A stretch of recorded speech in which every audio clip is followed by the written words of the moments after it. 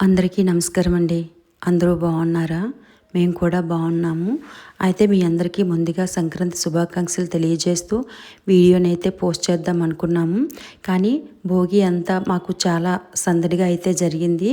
కానీ ఆ రోజు అర్ధరాత్రి మా ఇంట్లో ఒక విషాదం అయితే చోటు చేసుకుందండి. అది ఏంటి అంటే, మా ఇంటి ఆడపిల్ల ఒక కూతురిగా, తల్లిగా, భార్యగా, అమ్మమ్మగా, నానమ్మగా, కోడలిగా, అత్తగా అన్ని రకాల పాత్రలను పోషించి అందరి చేతుల మీదుగా ఒక పుణ్యస్త్రీలాగా స్వర్గస్థులయ్యి తను స్వర్గాన్ని అయితే చేరుకున్నారు. ఆ కారణం చేతన వీడియో అనేది పోస్ట్ చేయలేదు. దాని తర్వాత సంక్రాంతి కానీ కనుమ కానీ మేము ఏది చేసుకోలేదు. అయితే భోగి మాత్రము చేసుకున్నాము. అయితే భోగి రోజు మా అమ్మాళ్ళ పండగ అండి. మా అమ్మాళ్ళ ఇంటికి అయితే మేము వెళ్ళిపోయాము. ఫస్ట్ మా అమ్మగారి వాళ్ళ పండగ, మాదైతే కనుమ పండుగ, మా సిస్టర్స్ది సంక్రాంతి పండుగ. మా అమ్మాళ్ళ ఇంటికి అయితే మొదటి రోజు అందరమే వెళ్ళామండి భోగి పండుగ చేయడానికి. మేము ఉదయాన్నే తన్వికి భోగి స్నానం చేయించేసి తీసుకెళ్ళి అక్కడ అమ్మాళ్ళ దగ్గర భోగి మంటలు అయితే వేసుకున్నాము. అయితే సంక్రాంతి పండుగ మనందరికీ ఎంతో పెద్ద పండుగ అండి. అందరికీ ఎంత పండుగ అన్నది నాకు తెలియదు, కానీ మాకు మాత్రం సంక్రాంతి అన్నది చాలా చాలా పెద్ద పండుగ. ఎందుకు అంటే, మా నాన్నగారు ఒక రైతు అండి. మా నాన్నగారు రైతు పని చేసి ఎన్ని పంటలు పండించారో, ఎంత కష్టపడ్డారు అన్నది మాకు తెలుసు.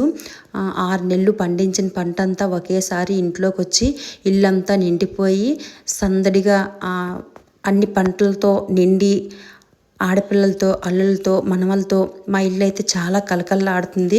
మా ఇల్లు అనేసి అనుకుంటే మీరు అందరూ తప్పుగా అనుకోవద్దు. నాకు 2 ఇల్లులు అండి. అమ్మగారి ఇల్లు మా ఇల్లే, అత్తగారి ఇల్లు మా ఇల్లే. నేనైతే ఎప్పుడు ఈ రెండింటిని వేరు చేయను. 2 నా ఇల్లులాగే నేను ఫీల్ అవుతాను. అందుకే నాకు మా ఇల్లు అనేసి వస్తుంది. మీరు ఎవరు తప్పుగా అనుకోవద్దు. అయితే మా అమ్మగారు అయితే చాలా పద్ధతిగా చేస్తారండి. ఏ పండగ అయినా, ఏ పని అయినా సరే మా అమ్మగారు చేసినట్టు మేము ఎవరమీ చెయ్యలేము. ఆ ఓపిక కూడా మాకు ఉండదు. మా అమ్మగారికి ఇప్పుడు దాదాపు దగ్గరగా 70 సంవత్సరాలు వస్తున్నాయి. ఇప్పటి వరకు కూడా చాలా పద్ధతిగా అన్నీ చేస్తారు. పాత రోజుల్లో ఎలా చేసేవాళ్ళో అలాగే ఇప్పుడు కూడా అమ్మ కొత్త పొయ్యి వేసి కట్టెలతో పరవన్నాన్ని అయితే వండిందండి. ముందు పాలు పొంగించిన తర్వాత కొత్త బియ్యంతో అయితే పరవాన్నం చేసి పెద్దలకి, పేరంటలకి, దేవుడికి అందరికీ నైవేద్యం సమర్పిస్తారు. అంటే ప్రతి ఏడాది మా ఇంట్లో ధాన్యం వస్తాయి కదా, అది వచ్చిన ధాన్యాన్ని మా అందరు ఆడపిల్లలకి ఇచ్చి మా ఊర్లో వాళ్ళందరికీ ఇచ్చేవాళ్ళు. ఎందుకంటే కొత్త బియ్యంతో సంక్రాంతి పండగ అందరూ చేసుకుంటారన్న దీంతో ఇచ్చేవాళ్ళు. అయితే కొన్ని 3 సంవత్సరాలుగా మా నాన్నగారు పంటనైతే పండించట్లేదండి. ఎందుకు అంటే, మా నాన్నగారు ఆరోగ్యం అంత సహకరించట్లేదు. మా నాన్నగారు వ్యవసాయం చేస్తారు, పాడి చేస్తారు.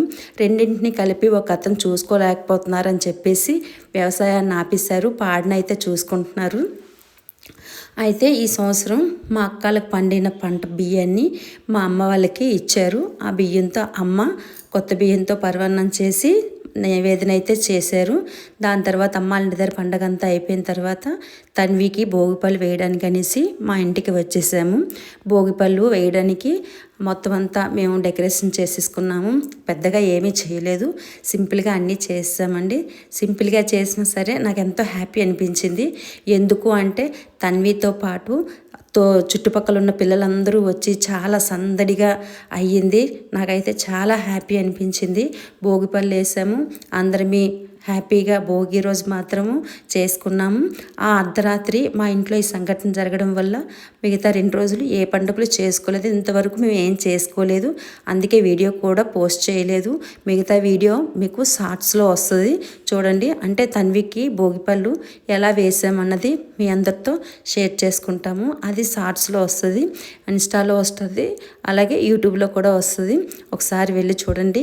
మీకు ఈ వీడియో నచ్చినట్టయితే లైక్ చేయండి, షేర్ చేయండి, కామెంట్ చేయండి, అలాగే సబ్స్క్రైబ్ కూడా చేయండి. మీ సపోర్ట్తో ఈ ఛానల్ ఇంకా ముందుకు వెళ్ళాలని కోరుకుంటూ, మీ అందరి ఆదరాభిమానాలు, ఆశీర్వాదం మా తన్విపై ఎల్లవేళలా ఉండాలని కోరుకుంటూ మీ అందరితో ఒక చిన్న విషయాన్ని షేర్ చేసుకోవాలని అనుకుంటున్నానండి. ఆ, ఈ మాటని మీరెవరు వేరే రకంగా తీసుకోవద్దు. నా మనసు కనిపించింది నేను చెప్తున్నాను. ప్రతి ఒక్కరి జీవితంలోనూ ఎన్నో కష్ట నష్టాలన్నవి ఉంటాయి. కానీ అవి ఎప్పుడూ శాశ్వతం కాదు. ఎవరి జీవితంలో అయినా సరే మనకి కష్టాలు వస్తేనే సుఖాల విలువ తెలుస్తుందని చెప్తారు కదా, అది నిజమండి. అది అనుభవించే వాళ్ళకే తెలుస్తుంది. మన లైఫ్లో ఎన్ని కష్టాలు వచ్చినా ఎన్ని నష్టాలు వచ్చినా ఆ కష్టాల్ని ఎలా తొలగించుకోవాలి, నష్టాల్ని ఎలా లాభంగా మార్చుకోవాలి అని మన ఆలోచనతోని మన జీవితాన్ని మార్చుకోవాలి తప్పితే ఈ కష్టం వచ్చిందని చెప్పి అక్కడే కూర్చుండిపోవడం, ఈ నష్టం వచ్చిందని చెప్పి అక్కడే ఆ పనిని ఆపేయడం ఎవరూ చేయొద్దు. ఇలా చేయడం చాలా వరకు నేను చూస్తున్నాను కాబట్టి చెప్తున్నాను. కానీ అలా కాకుండా అన్నింటినీ ఓర్చుకొని లైఫ్లో ముందుకు సాగుతూ మీ జీవితంలో ప్రతి సంక్రాంతిని కన్నుల పండుగగా జరుపుకొని అందరూ హ్యాపీగా ఉండాలని కోరుకుంటూ అందరికీ నమస్కారం.